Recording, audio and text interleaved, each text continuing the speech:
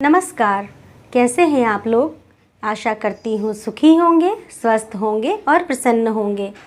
आज मैं आप लोगों के लिए जो कहानी लेकर के आई हूँ उस कहानी का नाम है दृष्टिकोण और ये कहानी लिखी है सुभद्रा कुमारी चौहान जी ने।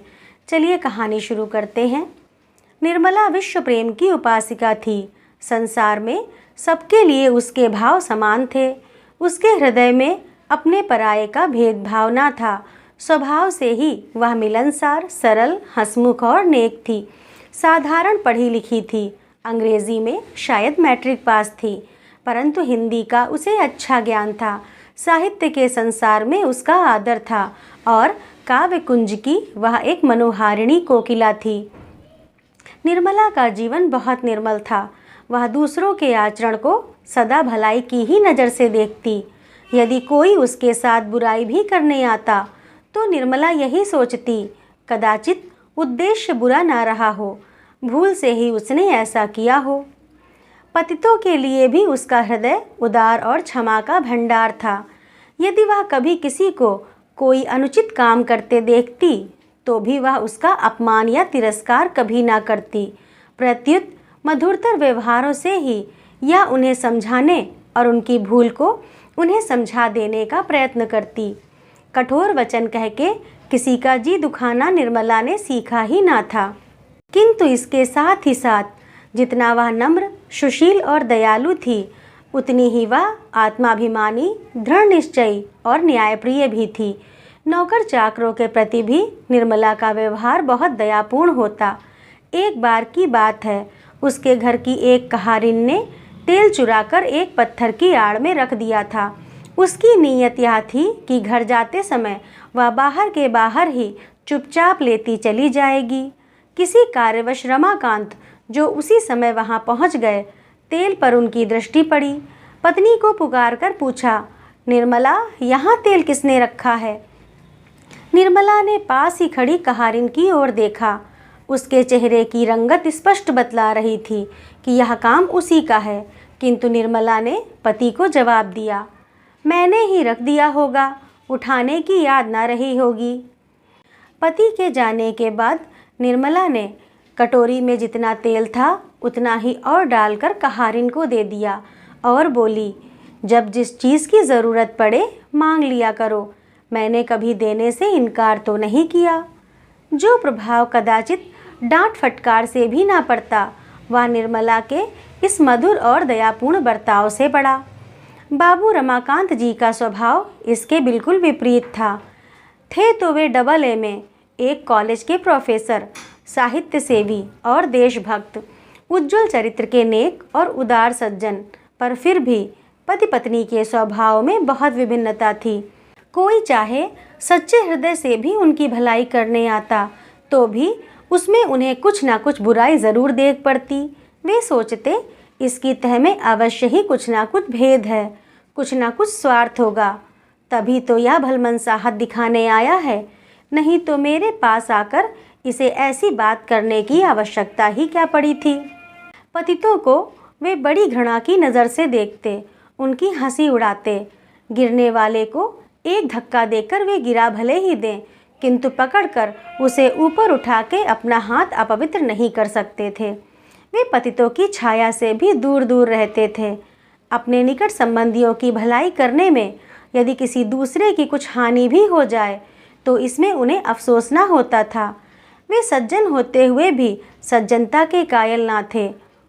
कोई उनके साथ बुराई करता तो उसके साथ उससे दूनी बुराई करने में उन्हें संकोच ना होता था। पति पत्नी दोनों को अलग खड़ा करके यदि ढूंढा जाए तो अवगुण के नाम पर उनमें तिल के बराबर भी धब्बा ना मिलता। बाह्य जगत में उनकी तरह सफल जोड़ा, उनके सदृश सुखी जीवन कदाचित बहुत कम देख पड़ता। दूसरों को उनके सौभाग्य पर ईर्ष्या होती थी। उनमें आपस में कभी किसी प्रकार का झगड़ा या अप्रिय व्यवहार ना होता, फिर भी दोनों में पद पद पर मतभेद होने के कारण उनका जीवन सुखी न रहने पाता। शाम सुबह निर्मला दोनों समय घर के काम काज के बाद मील 2 मील तक घूमने के लिए चली जाती थी। इससे शुद्ध वायु के साथ साथ कुछ समय का एकांत उसे कोई नई बात सोचने या लिखने के लिए सहायक होता। किंतु निर्मला की सास को बहू की यह हवाखोरी ना रुचती थी। उन्हें यह संदेह होता था कि यह घूमने के बहाने ना जाने कहाँ कहाँ जाती होगी, ना जाने किससे किससे मिलकर क्या क्या बातें करती होगी। प्रायः वह देखा करती कि निर्मला किधर से जाती है और कहाँ से लौटती है। एक बार उन्होंने पूछा भी कि तुम गई तो इधर से थी, उस ओर से कैसे लौटी? निर्मला इसका क्या जवाब देती, हंसकर रह जाती। किंतु निर्मला की सास बहू की इस चुप्पी का दूसरा ही अर्थ लगाती। उन्हें निर्मला का आचरण पसंद न था, उसके चरित्र पर उन्हें पग पग पर संदेह होता। किंतु इन मामलों में जब वे स्वयं रमाकांत को ही उदासीन पाती तो उन्हें भी मन मसोस के रह जाना पड़ता था, क्योंकि रमाकांत के सामने भी निर्मला घूमने निकल जाती और घंटों बाद लौटती। अन्य पुरुषों में उनके सामने भी स्वच्छंदतापूर्वक बातचीत करती, परंतु रमाकांत इस पर उसे जरा भी ना दबाते। किंतु कभी कभी जब उनसे सहन ना होता तो वे रमाकांत से कुछ ना कुछ कह बैठती, तो भी वे यही कहकर कि इसमें क्या बुराई है टाल देते। उनकी समझ में रमाकांत इस प्रकार माँ की बात न मानने के लिए ही पत्नी को शह देते थे।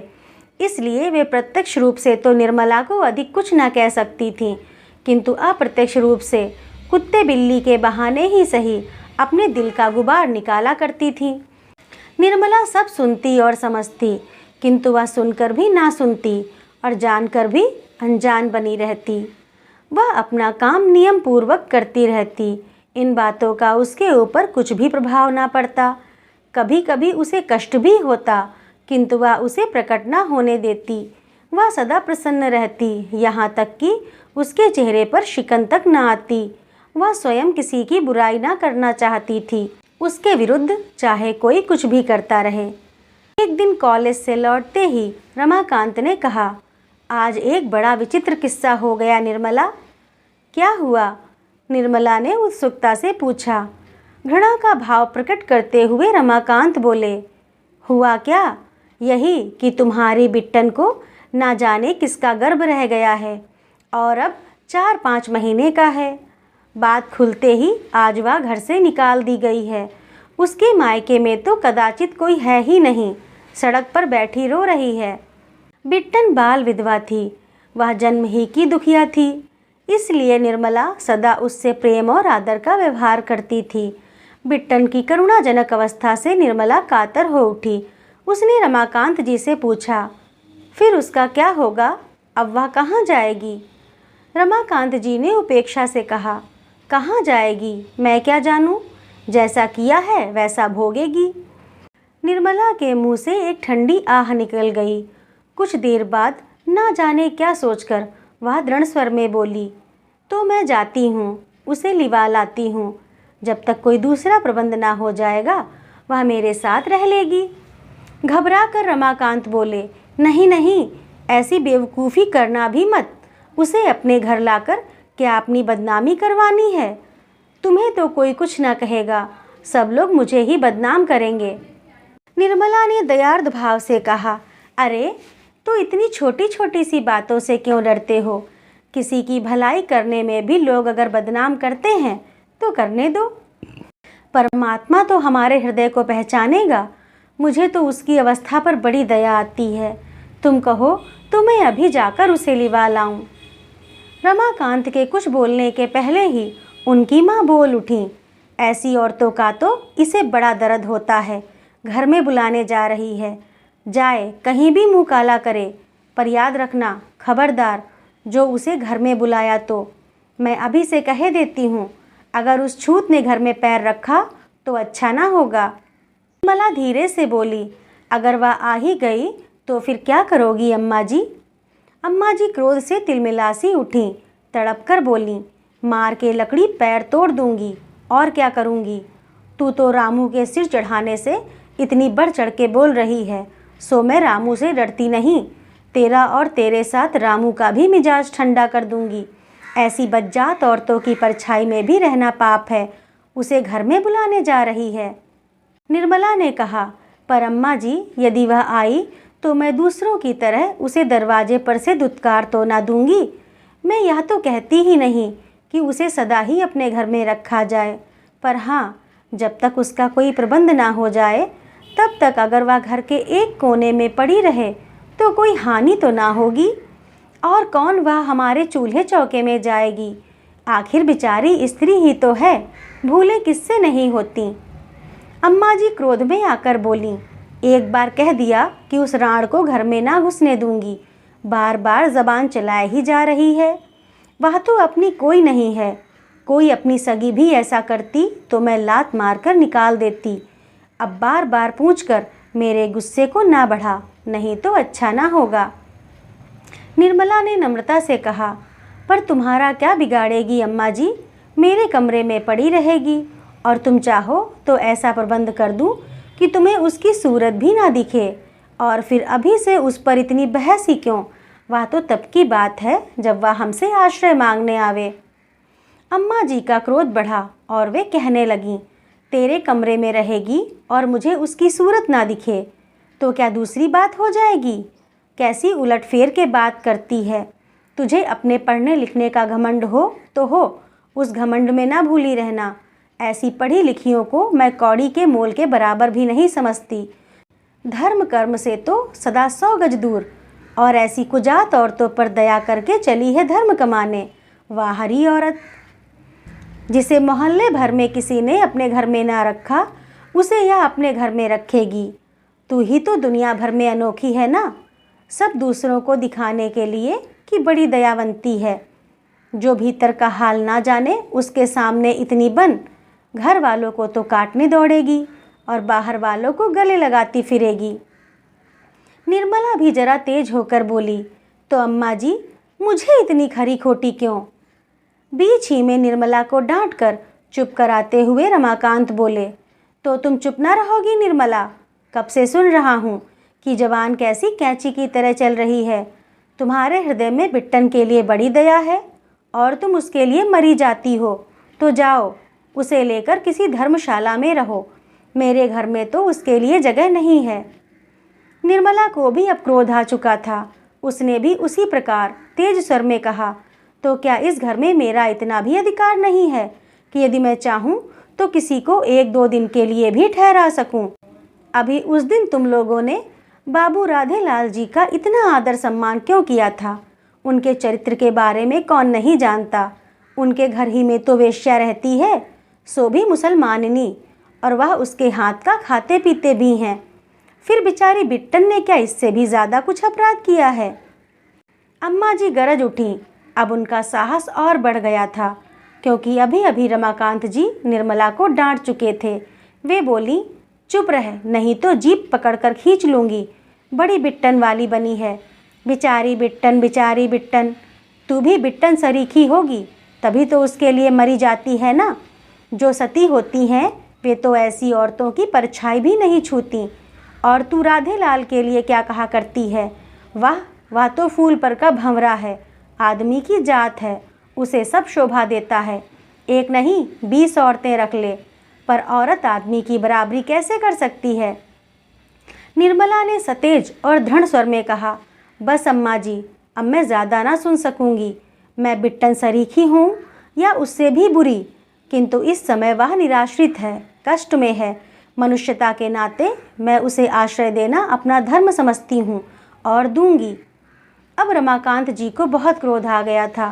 वे कमरे से निकलकर आंगन में आ गए और आग्नेय नेत्रों से निर्मला की ओर देखते हुए बोले, क्या कहा? तुम बिट्टन को इस घर में आश्रय दोगी? निर्मला भी दृढ़ता से बोली, जी हाँ, जितना इस घर में आपका अधिकार है उतना ही मेरा भी है। यदि आप अपने किसी चरित्रहीन पुरुष मित्र को आदर और सम्मान के साथ ठहरा सकते हैं, तो मैं भी किसी असहाय अबला को कम से कम आश्रय तो दे ही सकती हूँ। रमाकांत निर्मला के और भी नज़दीक जाकर कठोर स्वर में बोले, मेरी इच्छा के विरुद्ध तुम यहाँ उसे आश्रय दोगी? निर्मला ने भी उसी स्वर में उत्तर दिया, जी हाँ, मेरी इच्छा का भी तो कोई मूल्य होना चाहिए, या मेरी इच्छा सदा ही आपकी इच्छा के सामने कुचली जाया करेगी। अब रमाकांत जी अपने क्रोध को ना संभाल सके और पत्नी के मुंह पर 3-4 तमाचे तड़ातड़ जड़ दिए। निर्मला की जबान बंद हो गई। बाबू रमाकांत क्रोध और ग्लानि के मारे कमरे में जाकर अंदर से सांकल लगाकर सो गए। अम्मा जी दरवाजे पर रखवाली के लिए बैठ गईं कि कहीं बिट्टन किसी दरवाजे से भीतर न आ जाए। इस घटना के लगभग 1 घंटे बाद बिट्टन को जब कहीं भी आश्रय ना मिला, तब उसने एक बार निर्मला के पास भी जाकर भाग्य की परीक्षा करनी चाहिए। दरवाजे पर ही उसे अम्मा जी मिली। बिट्टन को देखते ही वे कड़ी ललकार के साथ बोलीं, कौन है बिट्टन? दूर, उधर ही रहना, खबरदार जो कहीं देहरी के भीतर पैर रखा तो। बिट्टन बाहर ही रुक गई। निर्मला पास पहुंचकर शांत और कोमल स्वर में यह कहती हुई कि बिट्टन बाहर ही बैठो बहन, मैं वहीं तुम्हारे पास आती हूँ। देहली से बाहर निकल गई। बिट्टन और निर्मला दोनों बड़ी देर तक लिपटकर रोती रहीं। निर्मला ने कहा, तुम्हारी ही तरह मैं भी बिना घर की हूँ बहन। यदि इस घर पर मेरा कुछ भी अधिकार होता तो मैं तुम्हें इस कष्ट के समय कहीं भी ना जाने देती। क्या करूँ, विवश हूँ। किंतु तुम मेरा यह पत्र लेकर मेरे भाई ललित मोहन के पास जाओ, वे तुम्हारा सब प्रबंध कर देंगे। उनका स्थान तो तुम जानती ही हो, पर रात के समय पैदल जाना ठीक नहीं। यह रुपया लो, तांगा कर लेना। ईश्वर पर विश्वास रखना बहन, जिसका कोई नहीं होता उसका साथ परमात्मा देता है। निर्मला ने 10 रुपये बिट्टन को दिए। वह पत्र लेकर चली गई। निर्मला घर में आई, एक चटाई डालकर बाहर बरामदे में ही पड़ी रही। सवेरे उसकी आंख उस समय खुली जब रमाकांत उठ चुके थे और उनकी माँ नहाकर पूजा करने की तैयारी कर रही थी। निर्मला नित्य की तरह उठकर घर का सब काम करने लगी, जैसे शाम की घटना की उसे कुछ याद ही ना हो। यदि वह मार खाने के बाद कुछ अधिक बकझक करती या रोती चिल्लाती तो कदाचित अपनी इस हरकत पर रमाकांत जी को इतना पश्चाताप न होता जितना अब हो रहा था। उन्हें बार बार ऐसा लगता कि जैसे निर्मला ठीक थी और वे भूल पर थे। उनसे ऐसी भूल और कभी ना हुई थी। कल ना जाने क्यों और कैसे निर्मला पर हाथ चला बैठे थे। उनका व्यवहार उन्हीं को 100 भिक्षुओं के दंशन की तरह पीड़ा पहुंचा रहा था।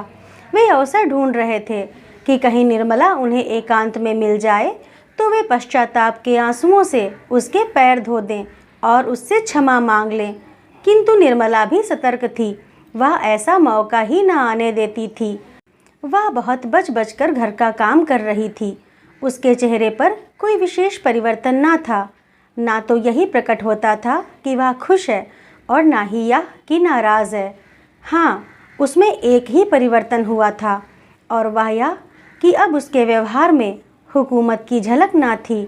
वह अपने को उन्हीं 2-3 नौकरों में से एक समझती थी जो घर में काम करने के लिए होते हैं, किंतु उनका कोई अधिकार नहीं होता। तो दोस्तों, कैसी लगी आप लोगों को यह कहानी? अगर अच्छी लगी हो तो लाइक करिए, शेयर करिए और ऐसी ही और कहानियों के लिए मेरे चैनल को सब्सक्राइब करिए। धन्यवाद।